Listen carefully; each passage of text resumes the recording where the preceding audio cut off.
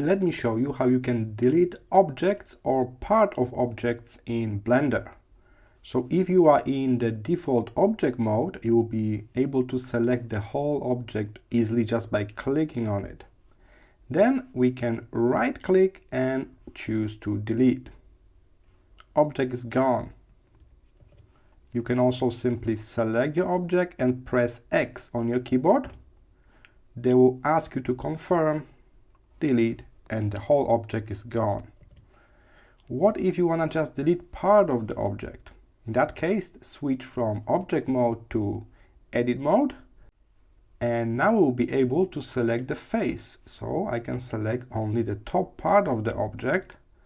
I can right click and I can delete faces, and this top part is now gone. I can now kind of look inside the object. Alright, so that's how you can do it.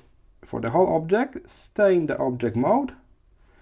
If you want to delete just part of the object, switch to edit mode and be sure that you are selecting the part that you want to delete. After that, you can click right and have the menu that will help you to decide what to do with that certain selected part. At the bottom, you can see delete. Keep in mind the delete shortcut is also X. And that's how we can delete certain elements from existing object. I hope this was helpful. See you in the next one.